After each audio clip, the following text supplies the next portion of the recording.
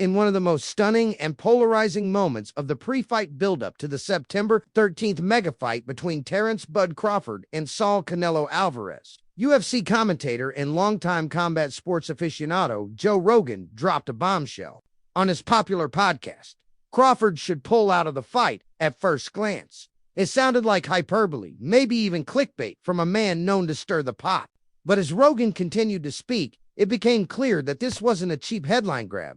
This was a genuine plea, a warning born out of years watching fighters, both MMA and boxing, suffered the brutal consequences of stepping into the wrong fight at the wrong time. And for Rogan, this one felt wrong. "I've always believed Crawford is something special," Rogan began, his voice slow and measured. "But there's something about this matchup that feels off. It's not about who's better technically. It's about what happens when power meets precision, and that power is overwhelming." He was referring to Canelo, of course, the Mexican legend, a fighter with granite in his fists, muscle carved out of steel, and the kind of presence that changes the air in a room when he walks in. Canelo Alvarez isn't just another boxer. He's an empire in motion, forged through blood, sweat, and the kind of unrelenting pressure that breaks most men. And that, Rogan argued, is what makes this fight so terrifying.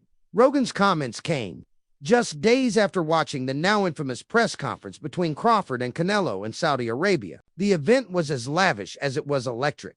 Chandeliers, royal entourages, and oil-rich backers ready to bankroll what is poised to be one of the biggest events in boxing history. But beneath the surface glamour, Rogan said he saw something that disturbed him. "It was Canelo's calm that got to me," Rogan said. "He didn't say much. He didn't need to. You could feel it. That cold, predatory calm, like a lion who already knows the kill is coming."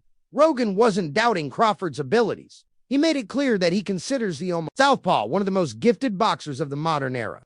A genius in motion.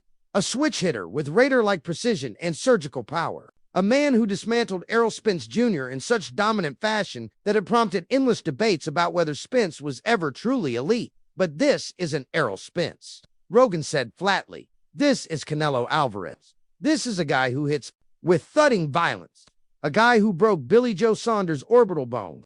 A guy who walked down Sergey Kovalev, a former light heavyweight champion, and flattened him like a sack of bricks." Rogan's greatest concern was physical, not spiritual, not tactical. Physical. Crawford, despite being a 3D Vision world champion, is making an enormous leap from 147 to 168 pounds. That's 2 full weight classes, and in boxing, that matters more than most casual fans realize. This isn't just stepping up, Rogan warned. It's stepping into a lion's den.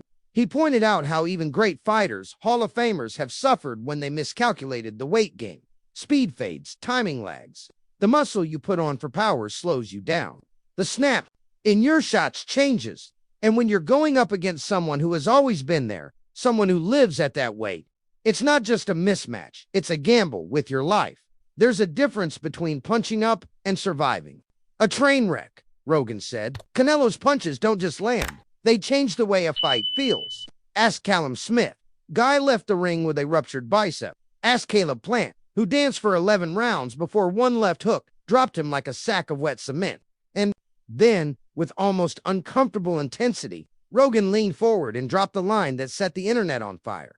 "If I had my way, this fight wouldn't happen." Despite Rogan's plea, there's no turning back. The fight is booked. The contracts are signed.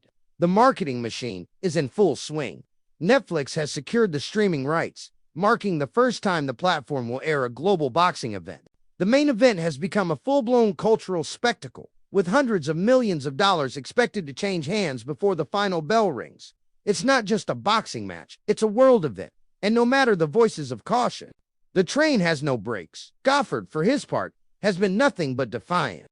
In an interview with Piers Morgan, he dismissed the weight concerns, smiled at the critics, and declared what he's always believed. "I started at 135 pounds, but I've always believed I can beat anybody. That doesn't change just because they weigh more." It's that kind of confidence that built his legacy. It's also the kind that makes Rogan nervous. One of the most concerning aspects of this fight is the absence of certain common sense provisions. There is no rehydration clause. That means Canelo, who has often been known to balloon to 180 lb by fight night, could enter the ring significantly heavier than the weigh-in number. There's also no rematch clause, no fallback, no do-over, just a one-shot collision between two men with everything to lose. He's walking into the fire naked, Rogan said, and I respect the hell out of that, but it's terrifying. Of course, many believe skill can be the great equalizer. Paulie Malignaggi, former world champion and respected analyst, made comparisons to Roberto Duran's iconic win over Iran Barkley, a smaller, slicker man defeating a bigger, more powerful opponent through skill, ring generalship, and grit. It's not impossible, Malignaggi said, but it takes perfection. No mistakes. Not even for a second. That's where the anxiety creeps in.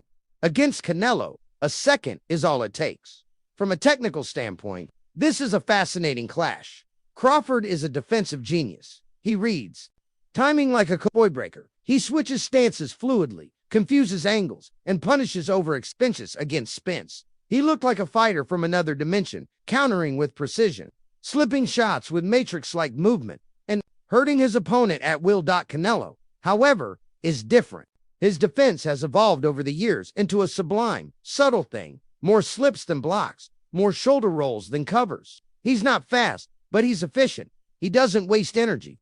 He doesn't blink. And when he counters, it feels like a truck has hit you. He throws those left hooks to the body, and your whole system shuts down, Rogan said. You don't think anymore. Your body just seizes. That's not a technique problem. That's physics. What haunts Rogan most isn't Canelo's resume, his power, or his accolades.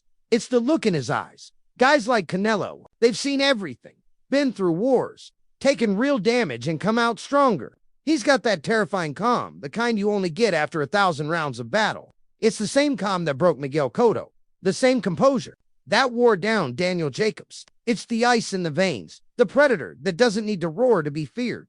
For all of Rogan's fears, there's also reverence. If Crawford pulls this off, Rogan said, it's the greatest achievement of his career, maybe of this generation. Bigger than Usyk going up to heavyweight, bigger than Pacquiao winning 8 divisions. Because this is David versus Goliath with no slingshot. And that's what makes this fight so magnetic, so intoxicating. It's everything that boxing is supposed to be. Danger, legacy, skill, emotion, and the unknown. In the final moments of that now viral podcast with Brian Simpson, Rogan let the mask slip. The fight fan in him, the little boy who fell in love with combat sports decades ago, peeked through. I want to be wrong, he said. I want to see Bud shock the world. But if I'm being honest, I'm scared for him. And that's the dichotomy gripping the combat sports world. Awe and anxiety, excitement and dread. Crawford may be on the verge of immortality or disaster.